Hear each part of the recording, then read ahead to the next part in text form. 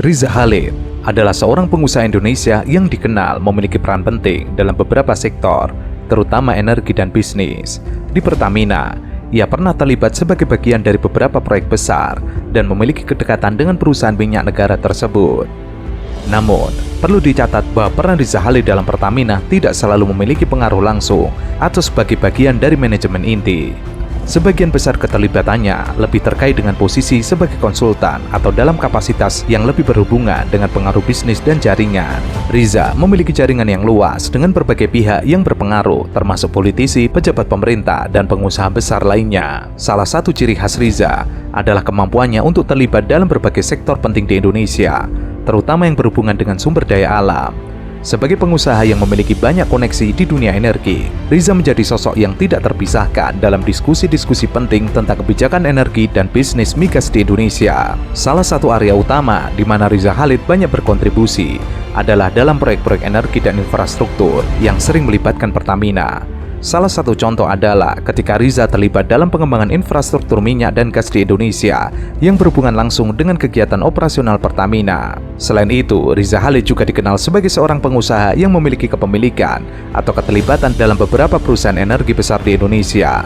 Beberapa perusahaan ini seringkali bekerja sama dengan Pertamina dalam proyek-proyek pengolahan minyak dan gas, distribusi energi, dan pembangunan infrastruktur terkait. Seperti banyak tokoh bisnis lainnya, peran Riza Khalid di dunia energi tidak lepas dari kontroversi. Salah satu isu yang sempat mencuat adalah mengenai dugaan adanya hubungan dekatnya dengan beberapa pejabat pemerintahan yang mempengaruhi keputusan-keputusan strategis di perusahaan-perusahaan energi besar seperti Pertamina. Beberapa pihak mengkritik adanya pengaruh dari pengusaha dalam keputusan yang diambil oleh BUMN besar seperti Pertamina, terutama terkait dengan proses tender proyek pengadaan barang dan jasa serta distribusi kontrak-kontrak besar.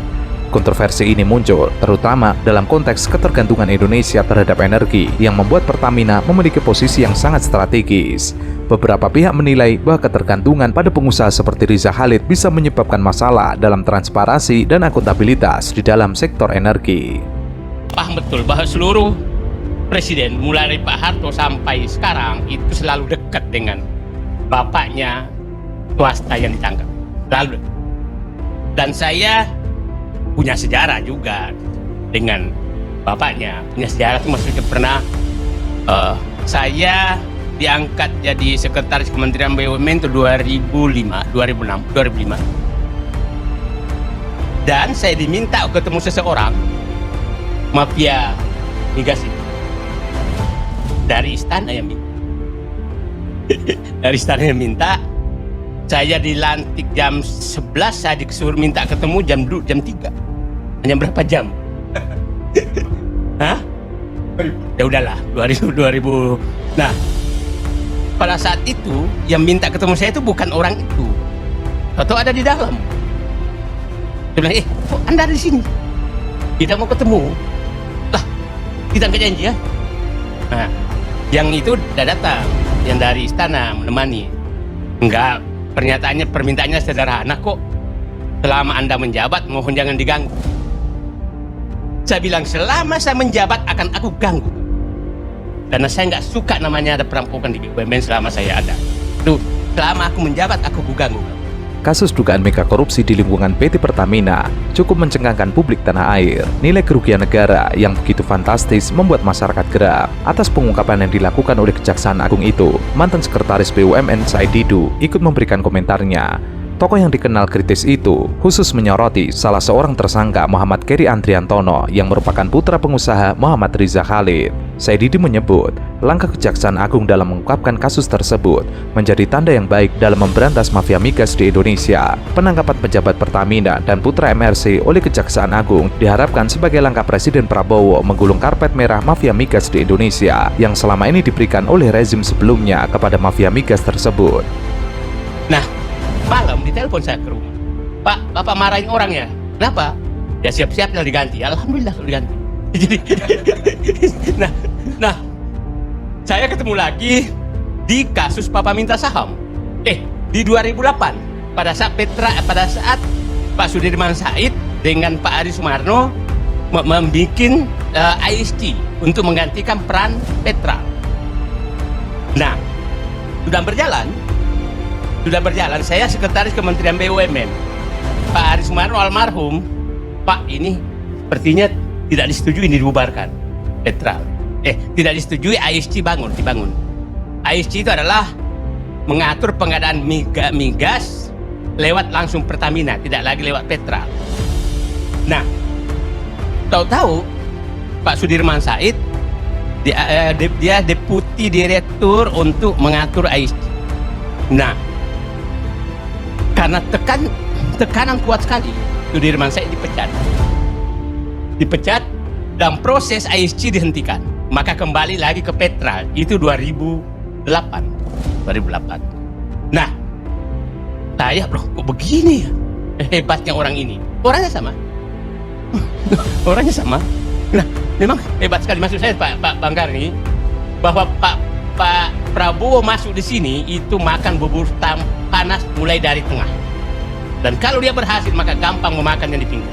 Said Didu menyebut, publik paham bahwa MRC memiliki sejarah panjang sebagai pihak yang selalu mendapatkan karpet merah oleh rezim-rezim sebelumnya dalam mengatur tata niaga migas Indonesia. Tahun 2008, saat Pertamina berkeinginan menghentikan peran Petral dalam mengatur perdagangan migas Pertamina untuk dikendalikan langsung oleh Pertamina lewat ISC. Saat itu, ISC Pertamina dipegang oleh Sudirman Said sedang menyiapkan perubahan tersebut, tapi diminta menghentikan proses pengalihan tersebut dan minta agar pengaturan perdagangan dikembalikan ke Petral lagi. Said Didu menyebut cerita tentang penghentian ISC dan Sudirman Said serta dirut Pertamina dipahami betul, tapi belum saatnya dibuka. Di hasil audit kita, audit yang dipimpin almarhum Faisal Basri, Satgas anti mafia migas, itu terungkap dan bahwa Petra itu hanya nama, semua mengarah ke orang. Komunikasi telepon semua karyawannya adalah mengarah ke siapa orangnya? Ya udahlah. Nah, jadi setelah saat itu kita mau laporkan ke KPK. Pak Sudirman saya udah buka. Pak Presiden agak ragu. Jadi sama dengan ragunya waktu menghadapi Pak minta saham. Jadi memang saya katakan bahwa memang ini Pak Prabowo bisa menyatakan, presiden-presiden sebelumnya aku lebih bernyali daripada kalian. Aku bisa sentuh. Kalian nggak bisa. Itu menurut saya yang harus tertanam di jiwa Pak Prabowo. Nah, tadi karena mengarah semua kalian, betul Pak Banggar ini bahwa saat itu setelah pulang Pak Dirman dari Presiden, saya tanya, Pak gimana Pak? Aduh ragu, saya langsung datang ke KPK. Nah, saya masih ada beritanya, mengecek, ternyata KPK juga kayak kerupuk kena air gitu.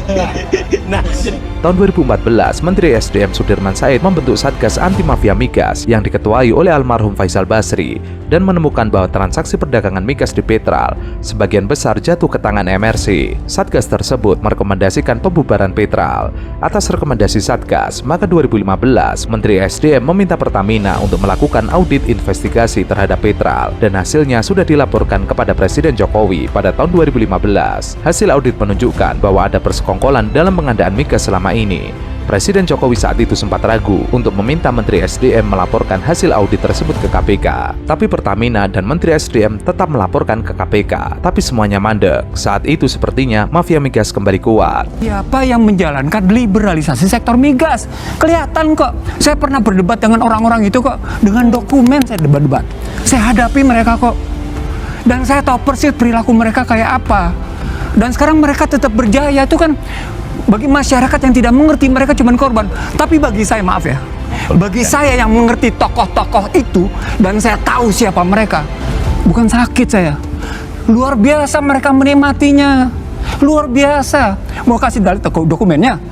Iya benar. Mau lihat dokumennya? Saya bisa kasih lihat dokumennya. Artinya sesungguhnya tanggung jawab besar pemerintah. Gini loh bahasa sederhananya.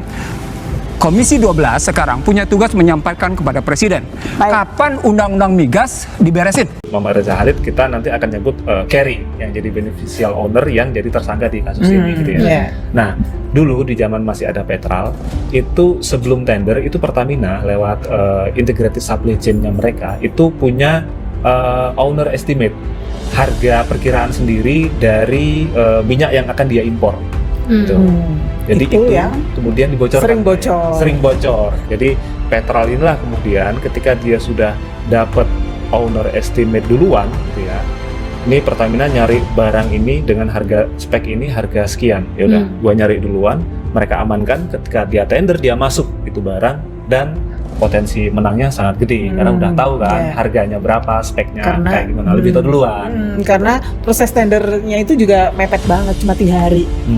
Jadi seandainya patuh banget gitu ya, baru tahu hari ini pembukaan tender, kemudian 3 hari lagi cari di market, itu tidak mungkin bisa mendapatkan hasil yang optimal gitu dengan harga terbaik gitu, sesuai dengan harga perkiraan Pertamina tadi, harus di bawah harga yang dimau Pertamina gitu. Muhammad Riza Khalid kembali disebut-sebut dalam kasus rasuah di sektor minyak. Riza menjadi sorotan setelah anaknya Muhammad Keri Andrianto Riza ditetapkan sebagai tersangka dalam dugaan kasus korupsi tata kelola minyak mentah dan produk kilang di PT Pertamina, subholding, dan kontraktor-kontrak kerjasama. Muncul dari kasus yang menimpa anaknya, rumah dan kantor Riza pun digeledah oleh Kejaksaan Agung. Dari penggeledahan itu diamankan sejumlah dokumen dan uang tunai sebesar 833 juta rupiah dan uang tunai dalam bentuk mata uang asing sebesar 1.500 US dollar. Nah, ketika Petral dibubarin ya Mbak ya, tahun 2015 waktu itu, awal-awal Jokowi itu, proses itu kemudian sempat membaik Mbak ya, pengadaan impor minyak karena dikonsolidasikan di ESG Pertamina. Nah, ini kemudian berubah lagi ketika Pertamina tuh memecah diri jadi subholding. Jadi ketika itu subholding kilang dipecah jadi Pertamina Kilang, subholding niaga dipecah jadi Patra Niaga, Pertamina Patra Niaga PPN ya. Nah, akhirnya pengadaan crude oleh kilang, pengadaan BBM impor oleh Patra Niaga. Nah, ini kemudian kita ngobrol dengan beberapa orang, praktik yang sebelumnya terjadi di zaman Petral itu ada indikasi balik lagi ketika terulang lagi ketika di sini, terutama yang di Pertamina Kilang ya. Di Pertamina Kilang itu ada indikasi memang praktik membocorkan owner estimate, terus kemudian mengatur spek atau mengatur spesifikasi produk yang ingin diimpor supaya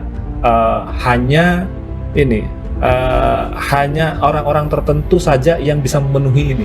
Perihal kemungkinan keterlibatan Riza dalam kasus ini, Kepala Pusat Penerangan Hukum Kejagung, Harli Siregar, membuka peluang penyelidik memeriksa Riza Khalid. Riza bukan pertama kalinya terseret skandal soal minyak di tanah air. Pengusaha yang mendapat julukan The Godfather ini pernah beberapa kali disebut-sebut dalam kasus serupa. Itu jadi satu unit ya di Pertamina yang dia awalnya ketika ESC ini berdiri. Jadi ESC itu sebenarnya ada dua periode kebangkitan dalam tanda kutip gitu ya, sebelum era yang Jokowi itu.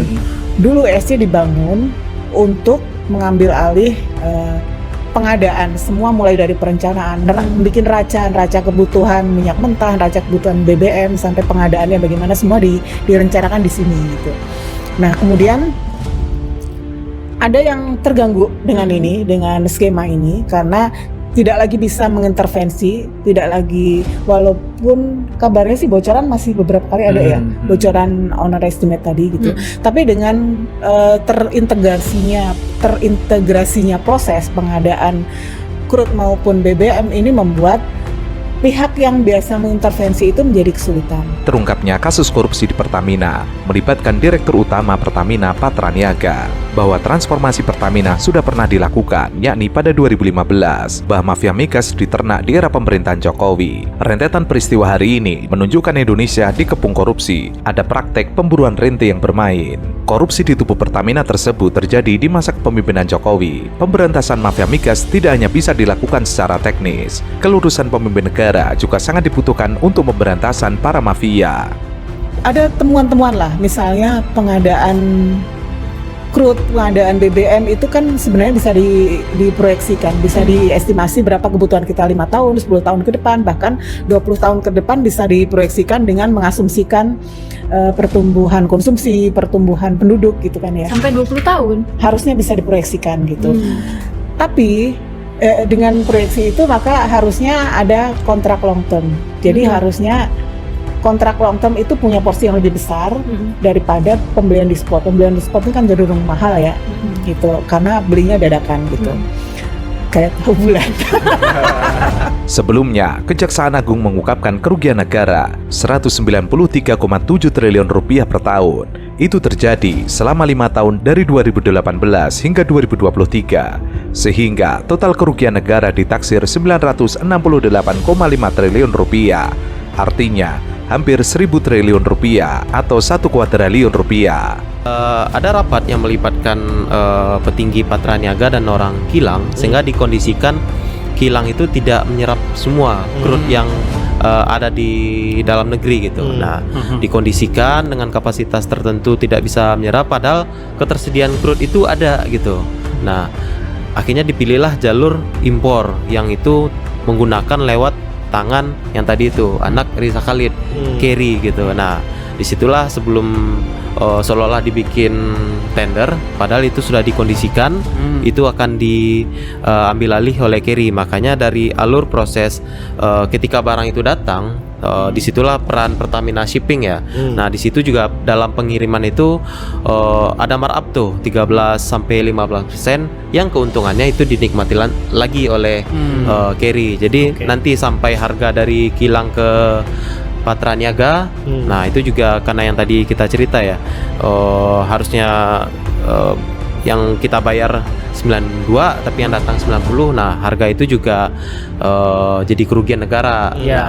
Dan harga yang harus dibayarkan Pertamina dari pengadaan ini juga lebih tinggi. Nah, disitulah terjadi persekongkolan ya, karena sudah diatur utak-atik oleh orang Pertamina berapa dirut ini dengan Kerry dan beberapa jejaringnya. Kebetulan saya sendiri itu terbiasa untuk memberikan mobil saya memang oktan yang terbaik yang ada di SPBU itu. Jadi sangat-sangat jarang saya mengisi Pertamax, saya lebih ke oktan 98 biasanya. 95 atau 98, baik itu dari produk BUMN maupun dari produk swasta. Ya, jadi saya sendiri tidak punya pengalaman itu.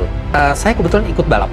Saya atlet balap. Di balap itu ada peraturan oktan yang boleh digunakan maksimal segini. Tapi tidak disebutkan bahan bakarnya harus merek apa, tidak disebutkan. Penting oktannya sekian. Itu selalu engineer saya, mekanik saya yang membangun mobil, selalu dia memilih satu BBM tertentu dari SPBU swasta. Saya tanya, kenapa ini yang dipilih? Kita udah ngetes semuanya, ternyata ini yang performanya paling bagus. Nggak mungkin orang semuanya sama kok, semuanya sama oktannya. Performanya paling bagus itu dalam hal apa, Mas? Horsepower. Tenaga mesin dan konsistensi tenaga setelah mesin itu panas. Kasus mobil rusak karena Pertamax masih terjadi di beberapa daerah. Bahkan sekarang yang terdampak bukan hanya Toyota dan Daihatsu, tapi juga Suzuki. Belum lama ini, beredar di media sosial yang memperlihatkan tangki BBM mobil yang dikuras. Video tersebut memperlihatkan filter bensin yang kotor, serta adanya endapan seperti yang viral pada video lainnya. Setiap hari ada saja yang turun tangki BBM. Penyebabnya adalah filter bensinnya tersumbat sampai tidak kuat jalan dengan pengisian di SPBU yang berbeda-beda. Jika benar ya, karena kan itu nanti peradilan yang akan memutuskan.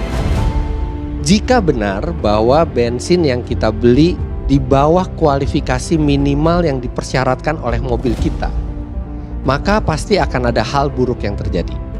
Mobil itu macam-macam. Kalau mobil teknologi modern, dia sudah dilengkapi dengan knocking sensor yang dia bisa memperlambat waktu pengapian kalau mendeteksi bensinnya itu oktannya lebih rendah, untuk menghindari gejala detonasi awal alias knocking, titik-titik yang sering kita dengar.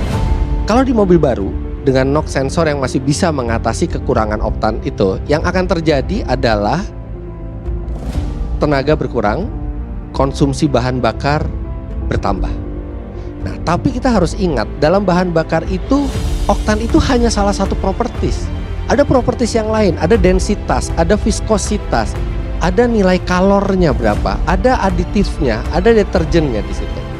Rata-rata mobil yang rusak karena Pertamax tersebut tidak sampai ke bagian pompa bahan bakar atau full pump.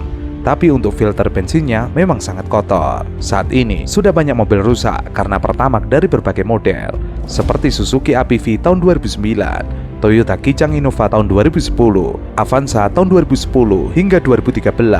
Lalu ada juga Daihatsu Xenia tahun 2016. Kalau misalnya ternyata yang masuk ke mesin kita tidak sesuai dengan persyaratan minimal dari mobil, itu bisa terjadi kerusakan dalam jangka pendek maupun jangka panjang. Misalnya filter bensin jadi semakin kotor.